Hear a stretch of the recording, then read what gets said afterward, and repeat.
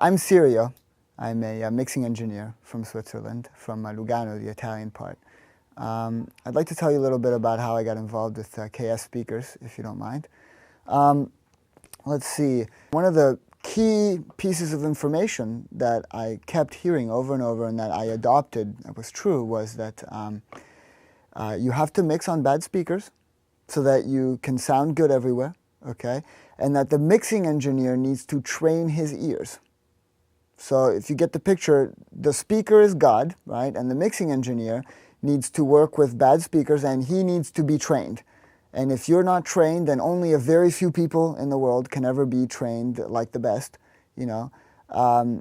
Then you're not talented and you will never produce good mixes, and that's all there is to it, period, right? So I said, well, I'm not going to give up. I'm going to get trained, you know.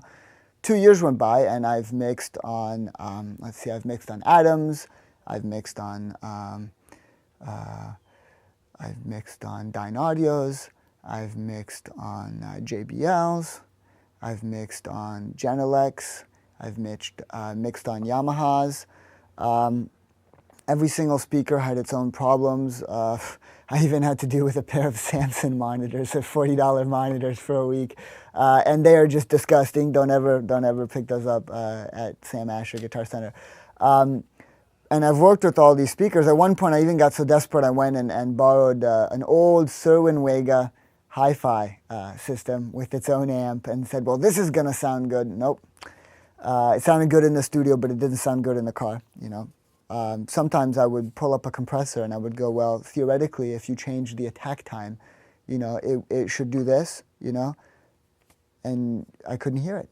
I couldn't hear it. Or, you know, you change something on the reverb, and something changes, but you can't tell how the sound changed. It wasn't clear. It didn't make sense. And I was always convinced it was me, to the point where I was going to give up live and studio sound mixing completely.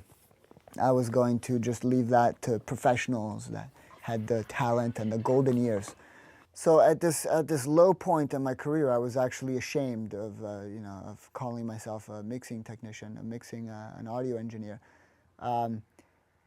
Simaen Skolfield called me up, and I'd never met him. I'd sort of worshipped him from afar.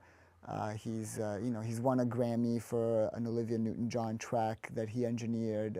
He's worked on a lot of albums. Some of the progressive rock stuff that he worked on is among my favorite. I mean, this guy really is an old stamp mixing engineer. With that London sort of infusion. Which is where SSL and all that Abbey Road, all those Abbey Road sounds.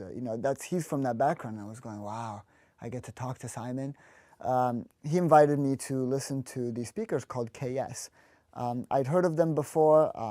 He invited me over to listen to these things, and I went, ooh, there's something to these. So I took them back to my place to try them. And the first thing I noticed was I just love the sound. I mean, I just sat down and I went, I played some of my favorite records, the stuff that I really, really intimately know. And I went, yes, this stuff sounds awesome.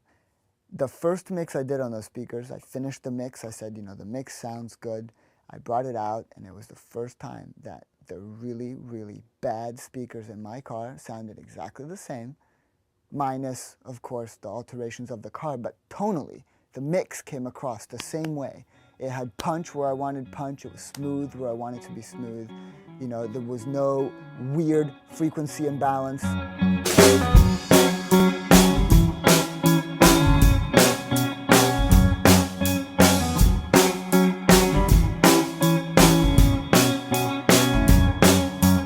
Once we were little people, dreams big as the world. So I took them to another set of speakers, completely different. These ones had a subwoofer in them, and I'm going, good. Now all the nasty low end is just going to muddy everything up from the subwoofer. Nope.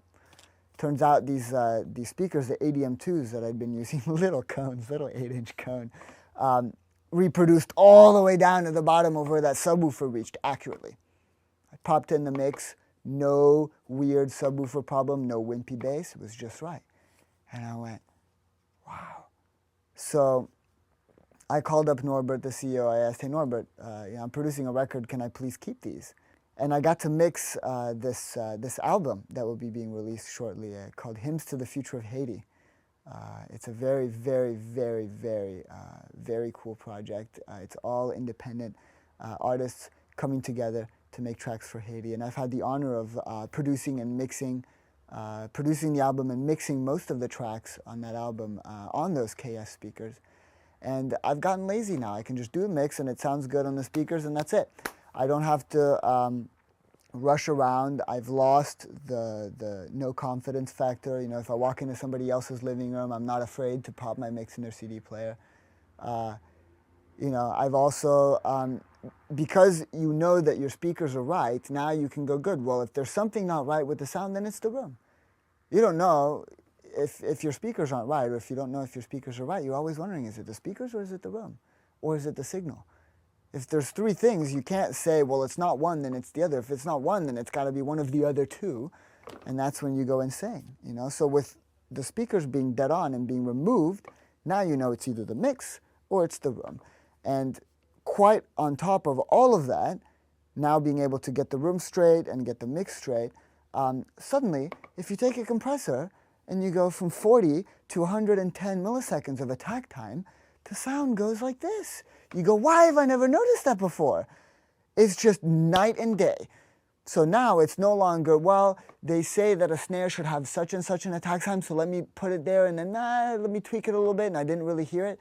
No, I just take the knob, turn the knob, good, good, better, not so good. That's it. You just dial it right in and you hear every single little change. I've just never had anything like it. I happen to know this one particular studio out in Los Angeles loves PMC. They're just like big PMC hogs. PMCs have this huge bump at 5K and this huge dip at 2K, right? It's right on their specs. They sound great, by the way, when you mix on them, you know, because they are quite punchy speakers, PMCs, but they have these irregularities, you know. Everything that comes out of that studio is got 2K, and they have no 5K whatsoever. And it's just, it's the trademark sound of that studio. So I made a comparison. I took a look. I said, you know, I want to do this. This is my business. I want to do this professionally. I'm getting into this as a career. What am I going to buy that's going to be my monitoring solution? You know, what am I going to crank out record after record on? What am I going to audition on? What am I going to do final mixes on? What am I going to check other producers' takes on? What am I going to use? KS really is the only company that's taken a completely different approach. There's all these traditional name brand sort of speakers. You know, I could go with a pair of Westlakes or with a pair of Genelecs. You know, they sound great. You know, you tell an audience, well, I mix on Genelecs. You know, that's all real snobby and stuff. But KS is the only company in the last, you know, what is it, 20 years, that has taken the concept of a speaker and has gone back to basic and then has taken a completely different approach to it. Everyone else has been evolving materials, and PMC did the advanced transmission line, blah, blah, blah. You know, we did this and that. And, but, you know, KS just went all the way back to the beginning and took a completely different approach. And it's a totally different technology, and it's something really, really unique. And if you're a professional and if you want to make money in the business, which means that you have a volume of production to turn out, you don't want guesswork. You want exact results. And it goes without saying that I bought the speakers.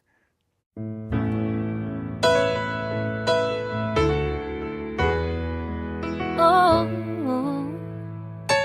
ooh, when I look into those eyes, I want to see the future.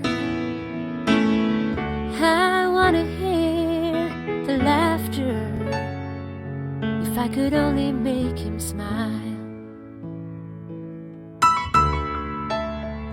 Cause the children are yours and mine tomorrow, and our love can take away their